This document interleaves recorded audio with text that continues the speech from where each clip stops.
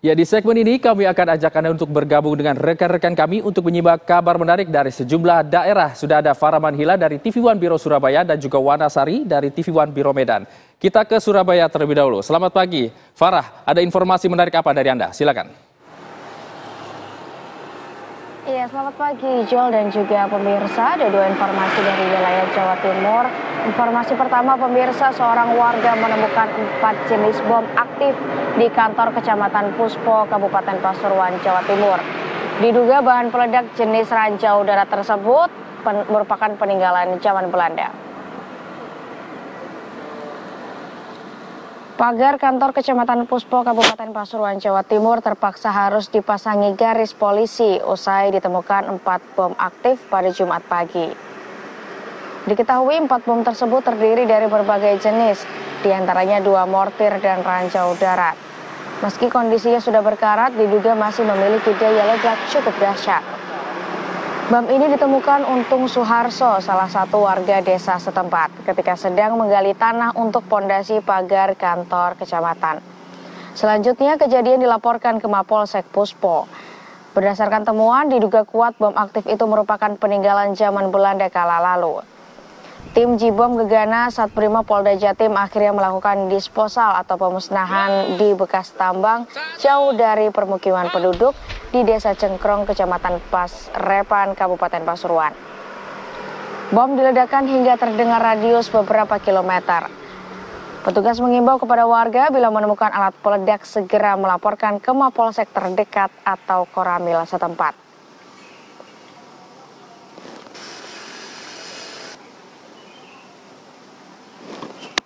Beralih ke informasi berikutnya, pemirsa, ratusan mahasiswa terlibat ricuh di depan Universitas Trunojoyo Madura, Kabupaten Bangkalan, Jawa Timur pada Jumat petang.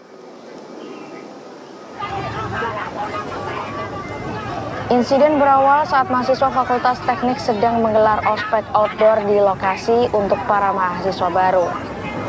Namun tak jauh dari lokasi ospek, puluhan aktivis mahasiswa dari kalangan organisasi ekstra kampus sedang berkumpul guna penyambutan para mahasiswa baru. Tak lama kemudian, saat bubaran ospek, para mahasiswa teknik pulang dengan konvoi sepeda motor hingga lewat di lokasi para aktivis mahasiswa yang sedang berkumpul. Karena lewat diduga sambil membunyikan mesin motor berknalpot dengan keras, membuat mahasiswa yang sedang berkumpul merasa terganggu. Akibatnya kedua kubu mahasiswa cekcok mulut hingga sampai terlibat keributan. Sejumlah aparat kepolisian akhirnya turun ke lokasi kejadian. Meski sempat kesulitan, petugas akhirnya berhasil meredam kericuhan setelah melibatkan Civitas Akademika dan pihak Rektorat Universitas Trunojoyo Madura.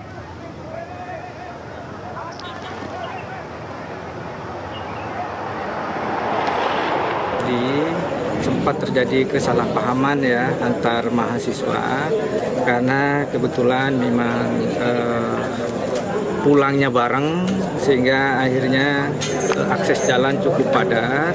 Nah, terjadi gesekan dan kemudian timbullah kesalahpahaman gitu. Jadi terjadi riak-riak kecil lah antar. Pilihan dari wilayah Jawa Timur. Selanjutnya saya kembalikan ke Ijul di studio. Terima kasih Farah. Selanjutnya kita ke TV One Biro Medan. Selamat pagi Wana Sari. Kabar pilihan dari Anda, silakan.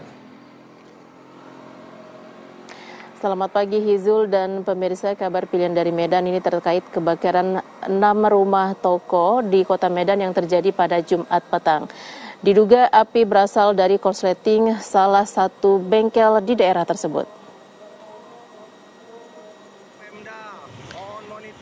Video amatir merekam detik-detik terjadinya kebakaran di Jalan Flamboyan Raya Medan, Sumatera Utara, Jumat petang. Asap tebal membubung tinggi dari bangunan yang merupakan rumah toko. Diduga api berasal dari salah satu bengkel sepeda motor yang terjadi korsleting, kemudian terjadi percikan api yang menyambar bahan mudah terbakar yang ada di dalam bengkel. Banyaknya material yang mudah terbakar membuat api dengan cepat menjalar dan mengenai 6 bangunan yang ada di samping dan belakang rumah toko. Api semakin membesar dan asap semakin menebal setelah rumah toko yang merupakan toko dan mobil pun ikut ludes terbakar. 11 unit mobil pemadam kebakaran diturunkan untuk menjinakkan si jago merah. Beruntung tak ada korban jiwa dalam peristiwa ini, namun kerugian material diperkirakan mencapai miliaran rupiah. Kasus kebakaran ini kini tengah diselidiki oleh Polsek Sunggal.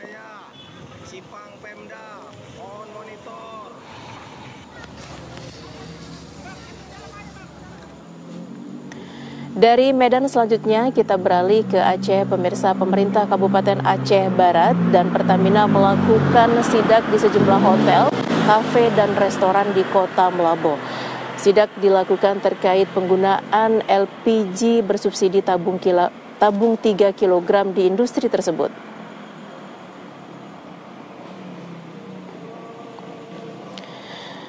Sejumlah hotel, restoran, hingga kafe digeledah petugas. Dalam sidak tersebut, pihak Pertamina dan pemerintah Aceh Barat menemukan belasan tabung gas melon yang seharusnya diperuntukkan bagi warga miskin. Atas temuan tersebut, pihak Pertamina akan memanggil pihak pangkalan atau agen gas LPG yang telah menjual tabung gas 3 kg tersebut kepada pihak pengusaha dan akan dijatuhkan sanksi tegas berupa pencabutan izin pangkalan. Selain itu, pemerintah Kabupaten Aceh Barat juga akan segera menjatuhkan sanksi tegas terhadap restoran yang menggunakan gas LPG tabung melon dengan sanksi terberatnya akan mencabut izin usaha restoran tersebut. Sidak gas LPG juga akan terus dilakukan hingga 3 hari ke depan, sehingga diharapkan bisa memberikan peringatan keras terhadap para pelaku usaha.